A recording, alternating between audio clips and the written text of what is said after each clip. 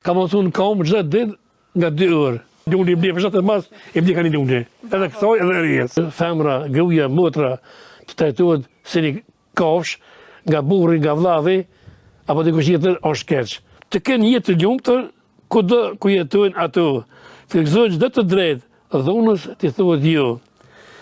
Sonte në fytyrat e tyre të mbretëroj haria.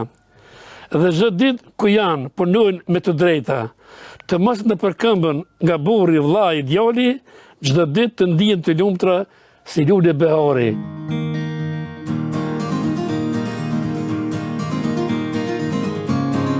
Në fshatin Trestenik të Vitis, mes qetësisë së natyrës në fshat, jeton një njeri që ka ndërtuar jetën mbi përkushtimin ndaj dijes, familjes dhe dashurinë për fjalën shqipe. Ai është Zymer Haliti, një ish profesor i gjuhës shqipe, i cili sot gëzon vitet e pensionit pranë familjes së tij.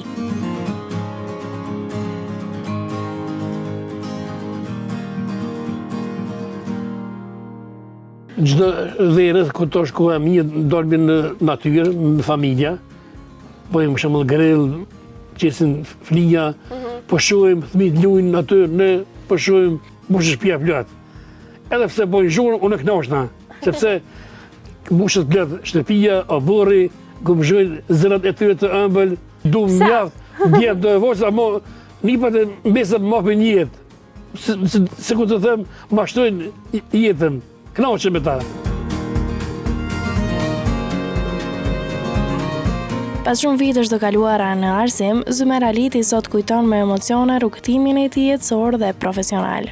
Rruga drejt profesionit të mësimdhënësit nuk ishte e lehtë. Ai përballej me vështirësi dhe sakrifica që në fillimet e tij.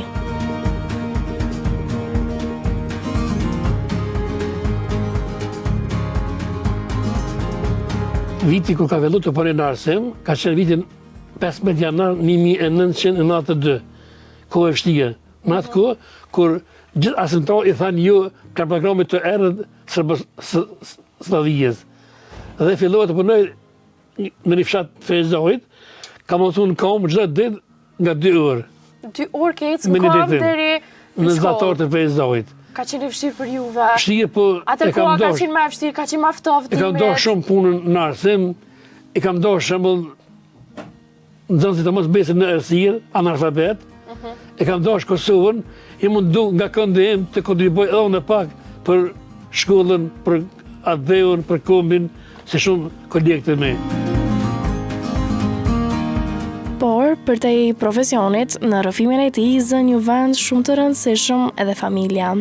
Me shumë dashuri, 66 vjeçar i flet për bashkëshortën e tij, të cilën e konsideron si mbështetjen më të madhe në jetë.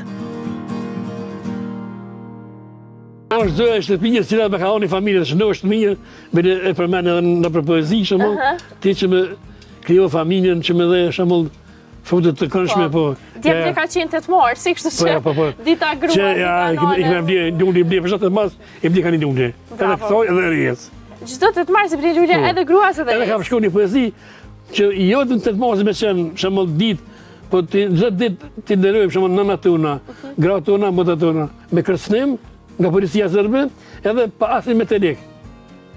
Pa asnjë në fillim kam panu pa rrugë, pa të ordna. Pa rrugë. Më vonë ka filluar të na paguajnë në atë kohë 30 marka, 40 marka, 50, 70. Qysh keni mujt me ja dalë ju me mbaj familjen, nuk e di. rrugë, pa... Habitëm, po ndoshta puna jonë e ndeshme, e çmueshme ka bërë që të mos i ndjejmë gjërat e këqija, të mos i shohim, po të mendojmë se mendimi për të ardhmen e vendit na ka bërë të fortë.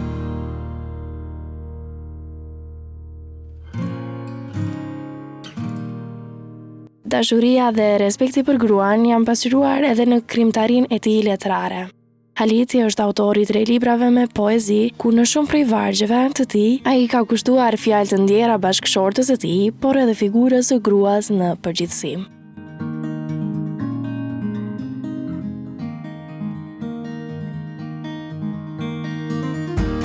Në vend të urimit, në rastin e 8 marsit, dita e gruas. Sonte deshta shumë të gjej një frymëzim, e t'i uroj të gjitha nënat, gratë e vendit tim, të kenë jetë të lumtur kudo ku jetojnë ato, të gëzojnë çdo të drejtë, dhunës t'i thuhet jo. Sonte në fytyrat e tyre të mbretëroj haria, dhe çdo ditë ku janë punojnë me të drejta, të mos në përkëmbën nga burri, vllai, djali, çdo ditë të ndihen të lumtura si lule behari. Ndaj këtë dëshire kam për të gjithë juve, ti duani, ti çmoni dhe shumë ti respektoni. Ato meritojnë një trajtim të mirë, si një lule, dhe ju sigurisht dashurinë e tyre do ta meritoni. Pra, të poezi e shkruajta për ju nëna tona, për ty motër, grua që jetës i jepni gjallëri. Krenare janë ata që veprojnë si e do koha, e kur të mos ushtojnë dhunë në këtë gjini. S'mjafton vetëm një ditë të dhurojmë lule, e pastaj të harrojmë si duhet t'i trajtojmë. Në mes nesh të mos ekzistojnë kur mure, ndaj vetëm të barabartë të lumtur të jetojmë.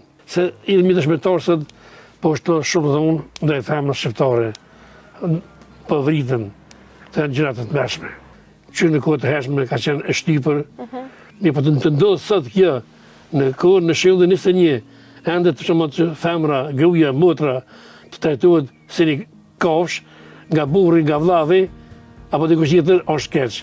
Mjerisht po dëgjojmë lajme jo të mira që po ndodhin, që po shtohet dhunë ndaj femrës, ndaj gruas, ndaj motrës.